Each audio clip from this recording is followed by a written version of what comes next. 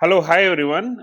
Leet code 3 में आपका स्वागत है। हम यहाँ पर प्रॉब्लम नंबर 7 रिवर्स इंटीजर को करने जा रहे हैं। ठीक है, पहले स्टेटमेंट पढ़ लेते हैं। Given sign 32 bit integer x return x with all its digit reverse. मतलब सिंपल सी बात है कि एक इंटीजर के साइड डिजिट को रिवर्स करना है। If the causing x the value go outside the 32 bit integer range, जो ये रेंज होती है इंटीजर की, देन रिटर्न जीरो। इसका मतलब अगर रिवर्स करने पे अगर हमारा जो है इंटीजर जो है वो उसको मतलब वो रेंज से बाहर चला जाता है, तो उस केस में आपको जीरो रिटर्न करना है। Assume that environment does not allow you to store 64 bit integer signed और असाइंड। ठीक है, इसका सिंपल से मतलब है, अगर आप जावा में कर रहे हो तो आप लॉन्ग का यूज नहीं कर सकते हो, आपको इंट का यूज करके ही चलना पड़ेगा, क्योंकि इंट आपका 32 बिट होता है। जो रेंज होती है आपकी इस इंटीजर की रेंज ये होती है। ठीक है, 64 बिट आपको यूज नहीं करना है। ठीक है, सिंपल सा है। यहाँ पर अगर 123 है, इसको रिवर्स करो तो ये हो जाएगा। निगेटिव में तो रिवर्स करने पे ये आ जाएगा, 120 है तो रिवर्स करने पे ये आ जाएगा। ठीक है, तो प्रॉब्लम देखने तो भी सिंपल लग रहा है। अगर हम इसको करते हैं तो नॉर्मली हम कैसे कर सकते हैं? हम इसको तो नॉर्मली यही करते हैं कि हमने लगाया व्हाइल लूप। हमने लिखा कि जब n हमारा नॉट इक्वल टू 0 हो, और मैं यहाँ एक वेरिएबल लेता हूँ इन रिवर्स किया या सम लेता हूँ, सम इक्वल टू 0। जनरली आप रिवर्स ले सकते हो, सम ले सकते हो, आपके ऊपर है। यहाँ पर हम क्या करेंगे, एक एक डिजिट निकालेंगे। सपोर्टेड मैंने डिजिट निकाल लिया, int d equal to n mod 10। Then हम क्या करेंगे, sum equal to sum into 10 plus D करेंगे। ठीक है, और देन यहाँ पर करेंगे n equal to n divide by 10 कर लेंगे। इतना करने से क्या होगा कि आप जो है, आपको शायद ये फार्मूला मालूम होगा। इस तरीके से आप क्या कर सकते हो, एक एक डिजिट निकाल के, सपोज 123 है, सबसे पहले 3 निकलेगा तो 0 इंटू 10 प्लस 3 हो जाएगा, तो we will get 3। Then next time 2 निकलेगा तो 3 इंटू 10 प्लस 2 हो जाएगा, तो वी विल गेट 32। देन 1 निकलेगा तो 32 इंटू 10 प्लस 1 हो जाएगा, that's why we will get 321। ठीक है, इतना सिंपल प्रॉब्लम होती तो ये आपका जो है ये middle level medium level problem ना होता। और यहाँ पर एक कंसर्न दे रखा है कि अगर रेंज हमसे बाहर जाता है, उस केस में हमको जो है रिटर्न क्या करना, जीरो।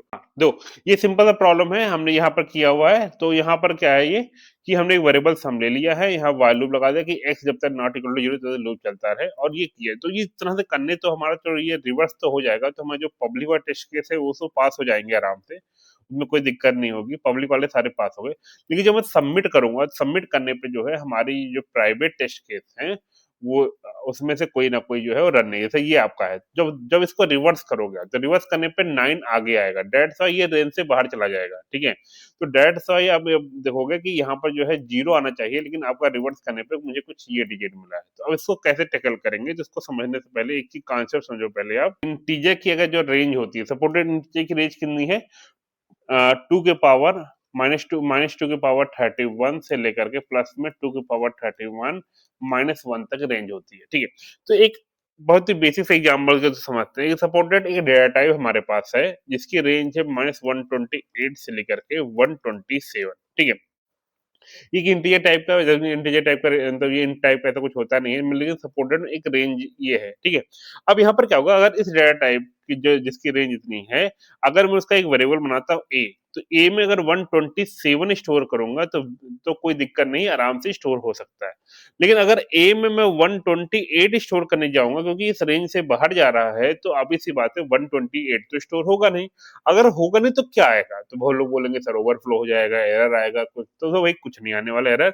जनरली क्या होता है इंटीजर केस में, ये क्लॉक वाइज जो है रोटेट कर जाता है, तो जो कि यहाँ पर 127 से एक स्टेप आगे बढ़ा हुआ है, डेट्स वाई एक स्टेप इधर आएगा, और यहाँ पर जो स्टोर होगा -128 स्टोर होगा।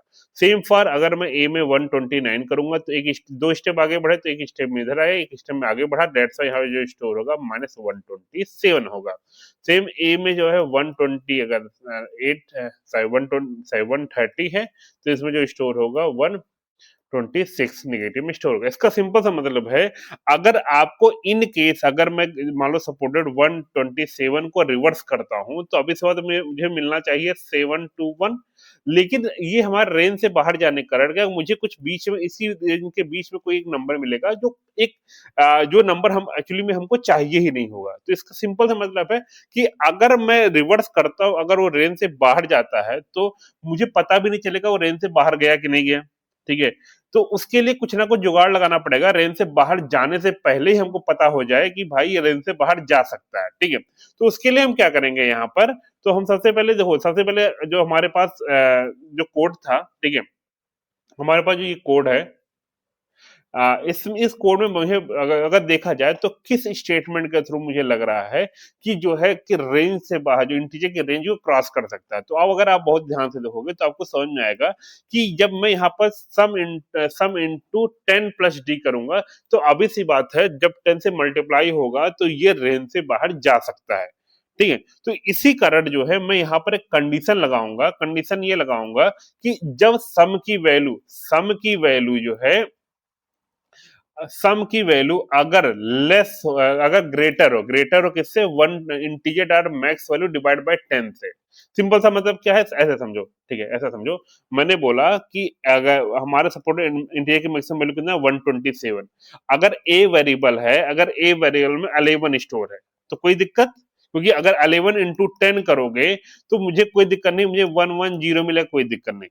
और प्लस अगर मैं इसमें 8 या 9 जो भी स्टोर कर दूंगा तो कोई दिक्कत नहीं, 118 आ जाएगा। लेकिन अगर मैं ए में हमारे पास 13 स्टोर है, 13 इंटू अगर मैं 10 करूंगा और ये ग्रेटर, अगर 13 इंटू 10 करूंगा तो ये अभी सी बात है 130 आएगा, और इसमें कुछ भी ऐड कर देता हूं तो अभी सी बात है ये रेंज से बाहर ही चला जाता है।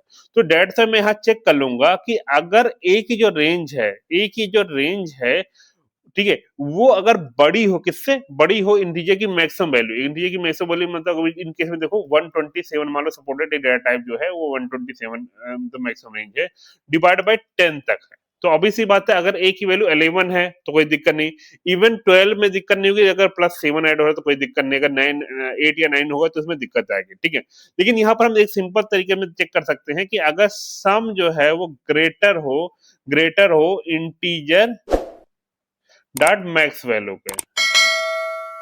ठीक है, तो डिवाइड बाय 10, इसका मतलब है अगर डिवाइड बाय 10 करने पे अगर ये वैल्यू ऑलरेडी ग्रेटर है, जिसका मतलब है अगर सम इंटू 10 करूंगा तो 100% ये रेंज से बाहर जाना ही जाना है।